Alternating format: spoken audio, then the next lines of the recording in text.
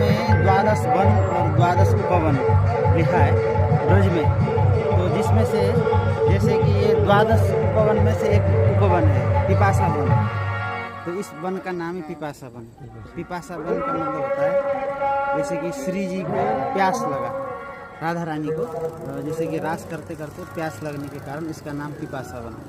तो ठाकुर जी ने इस कुंड को प्रकट किया अपने बंसी से, तो इसीलिए इसका नाम हो गया किशोरी कुंड।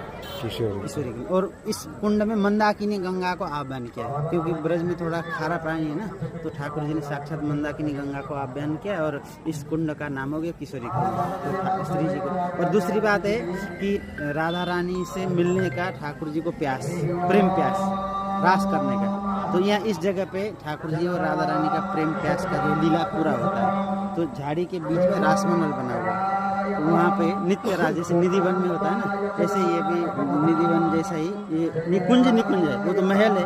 जैसे बरसाने है, तो बरसाने में महल है ना श्री जी का, यहाँ से दिखता है। तो वहाँ पे जैसे यहाँ केवल निकुंज है, मतलब वो महल है, ये कुंज निकुंज होता है ना, जो जैसे वन, जैसे अष्ट सखियों के गाँव है पास में, ये कारेला गाँव में चंपकलता सखी, इधर इंदुलेखा आजनोक में 2-2 किलोमीटर में। तो अष्ट सखियों के गाँव के घेरे में ये वन रास में सब सखियाँ और ठाकुर जी श्री जी मिलके इस जगह रास करते हैं। तो ये मेन तो ये लीला है। और दूसरी बात यह है कि अश्वत्थामा जी इस वन की रक्षा करते हैं। तो अश्वत्थामा जी इस वन की रक्षा करते हैं। तो यहाँ पे जो लकड़ी है ना, अकारण काटना अलाउ नहीं है। जैसे कोई रास्ता रुक गया वो बात अलग है, लेकिन जैसे यहाँ पे काट के केवल काटेंगे तो भी यहीं पे इस्तेमाल, सूखी लकड़ी भी केवल यहीं झाड़ी के अंदर ही इस्तेमाल होती है।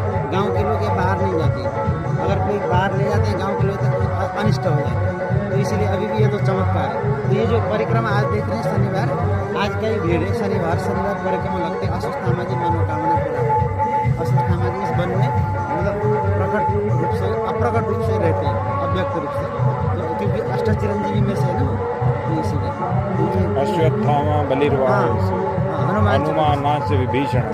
इस वन में उनका ऐसा बहुत से संतों का अनुभव हुआ है। यहाँ की आपको भी अनुभूति हुई है? अब हमको तो महाराज जी लोगों ने कहा है,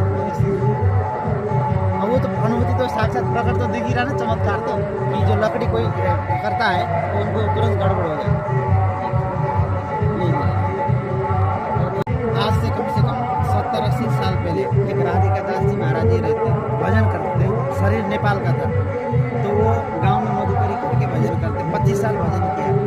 तो उनके पास ब्रजवासी राधा रानी के दर्शन करने जाते हैं, तो पूछते हैं कि बाबा बताओ आज राधा रानी का कौन सा श्रृंगार है। तो जैसा बाबा बताते सेम टू सेम श्रृंगार।